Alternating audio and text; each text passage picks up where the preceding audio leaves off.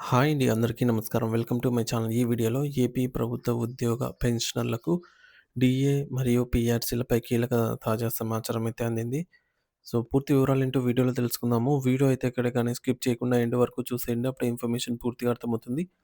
అలాగే వీడియో చూస్తున్న ప్రతి ఒక్కరు వీడియోకి లైక్ చేయండి ఫ్రెండ్స్. ఈ వీడియోని తోటి ఉద్యోగ పెన్షన్ మిత్రులతో అయితే షేర్ చేయండి. కొత్తగా మన ఛానల్ చూస్తున్నవారు ఇంకా ఎవరైనా సబ్స్క్రైబ్ చేసుకోకుంటే వెంటనే మన ఛానల్‌ని సబ్స్క్రైబ్ చేసుకోండి. సో, దీని ద్వారా నేను చేసే లేటెస్ట్ వీడియోస్ అన్నీ మీ వరకు రీచ్ అవుతాయి. ఇక ఆలస్యం చేయకుండా వివరాల్లోకైతే వెళ్ళిపోదాము. ఫ్రెండ్స్ ఇక విషయానికి వచ్చినట్లయితే ఆంధ్రప్రదేశ్ రాష్ట్రంలో ప్రభుత్వ సేవలో కొనసాగుతున్న లక్షలాది మంది ఉద్యోగుల మనోభావాలు ప్రస్తుతం అత్యంత ఉధృతంగా అయితే ఉన్నాయి. ముఖ్యంగా కొత్త వేతన సవరణ, పీఆర్సీ మరియు కరువు భత్యం, డీఏ బకాయిల విషయంలో ప్రభుత్వం తీసుకునే నిర్ణయం కోసం అందరూ వెయ్యి కళ్ళతో ఎదురు చూస్తూ ఉన్నారు.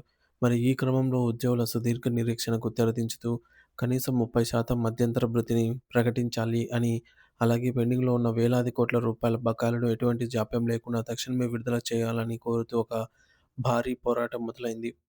రాష్ట్ర వ్యాప్తంగా ఉన్న ఉద్యోగుల కోడును ప్రభుత్వం చెంతకు చేర్చే ఆంధ్రప్రదేశ్ ప్రభుత్వ ఉద్యోగుల సంఘం ఒక బృహత్తర కార్యక్రమానికి శ్రీకారం చుట్టింది. ఇందులో భాగంగా రాష్ట్రంలోని ప్రజా ప్రతినిధిని కలిసి తమ సమస్యలను వివరించే వినతి పత్రాల ఆందోళన కార్యక్రమాన్ని గురువారం నాడు పల్నాడు జిల్లాలో అత్యంత చురుగ్గా అయితే నిర్వహించారు. ఈ కార్యక్రమంలో భాగంగా పల్నాడు జిల్లా శాఖ నాయకులు స్థానిక ఎమ్మెల్యే డాక్టర్ చెదలవాడ అరవింద బాబు గారిని అయితే మర్యాదపూర్వకంగా కలిసి ఉద్యోగుల వేతనంతో కూడినటువంటి సమగ్ర వినతి పత్రాన్ని అయితే అందజేశారు. మరి ఈ సందర్భంగా సంఘం జిల్లా అధ్యక్షుడు స్వర్ణ చిన్నారామరెడ్డి గారు మాట్లాడుతూ రాష్ట్ర ప్రభుత్వం తీరుపై తీవ్ర అసహనం వ్యక్తం చేశారు. ప్రభుత్వం ఉద్యోగులకు చెందాల్సినటువంటి బకాయిల విషయంలో అనుసరిస్తున్నటువంటి ఈ జాప్యం వల్ల క్షేత్రస్థాయిలో ఉద్యోగులు తీవ్ర ఆర్థిక ఇబ్బందులను ఎదుర్కొంటున్నారని ఆయన ఆవేదన చెందారు. ప్రభుత్వం ఇవ్వాల్సిన మొత్తం కేవలం కొన్ని వందల కోట్లు కాదు, అది ఇప్పుడు కొన్ని వేల కోట్ల రూపాయలకు చేరుకుందని ఆయన గణాంకాలతో సహా వివరించారు.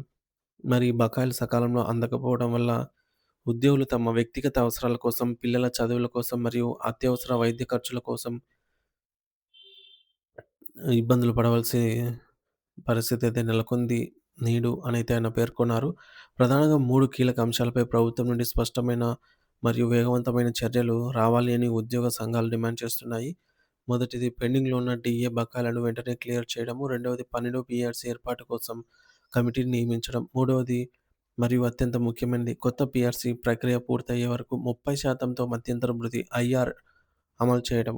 సాధారణంగా ఒక వేతన సవరణ కమిటీ తన నివేదికను రూపొందించి దాన్ని ప్రభుత్వం ఆమోదించి అమల్లోకి తీసుకురావడానికి కనీసం 2 సంవత్సరాల సమయం పడుతుంది. ఈ సుదీర్ఘ కాలం పాటు పెరిగిన నిత్యావసర ధరలతో ఉద్యోగులు సతమతమవ్వకుండా ఉండాలంటే మధ్యంతర భృతి అనేది తప్పనిసరిగా అని వారు వాదిస్తున్నారు. మరి ఎన్నికల సమయంలో ఇచ్చిన మేనిఫెస్టో హామీ ప్రకారంగా ఈ 30% ఐఆర్‌ను వెంటనే అమలు చేయాలని వారు గట్టిగా కోరుతున్నారు. ఇక సామాజిక భద్రత విషయంలో అత్యంత వివాదాస్పదంగా మారినటువంటి సీపీఎస్ పెన్షన్ విధానంపై కూడా వారు తమ గళాన్ని వినిపించారు. సీపీఎస్ విధానాన్ని పూర్తిగా రద్దు చేసి పాత పెన్షన్ విధానం ఓపీఎస్‌ను పునరుద్ధరించాలని, తద్వారా ఉద్యోగుల రిటైర్మెంట్ తర్వాత జీవితానికి భరోసా కల్పించాలి అని వారు డిమాండ్ చేశారు. ప్రభుత్వం తన బడ్జెట్ కేటాయింపుల్లో ఉద్యోగుల ప్రయోజనాలను విస్మరించకూడదని, రానున్న అసెంబ్లీ బడ్జెట్ సమావేశాల్లో ఉద్యోగుల సంక్షేమం కోసం ప్రత్యేకంగా నిధులు కేటాయించాలని వారు కోరుతున్నారు. ఇక తమ సమస్యలు కేవలం అధికారులకే కాకుండా చట్ట సభలకు కూడా చేరాలి అనే ఉద్దేశ్యంతో ఒక వినూత్న వ్యూహాన్ని అమలు చేస్తున్నారు. రాష్ట్రంలోని మొత్తం 175 మంది శాసనసభ సభ్యులకు, ఎమ్మెల్సీస్ మరియు 58 మంది శాసన మండలి సభ్యులకు, ఎమ్మెల్సీస్‌కు ప్రతి ఒక్కరికి వ్యక్తిగతంగా వినతి పత్రాలు అందజేయాలని సంఘం నిర్ణయించింది. తద్వారా శాసనసభలో ఉద్యోగుల సమస్యలపై గళం విప్పేలాగా ప్రజాప్రతినిధులపై ఒత్తిడి తీసుకురావడమే వీరి ప్రధాన లక్ష్యం. సుమారు 35,000 కోట్ల రూపాయల మేర పేరుకుపోయిన వివిధ రకాల బకాయిలు ఒకేసారి విడుదల చేస్తేనే ఉద్యోగుల కుటుంబాల్లో వెలుగులు నిండుతాయనైతే వారు స్పష్టం చేస్తున్నారు.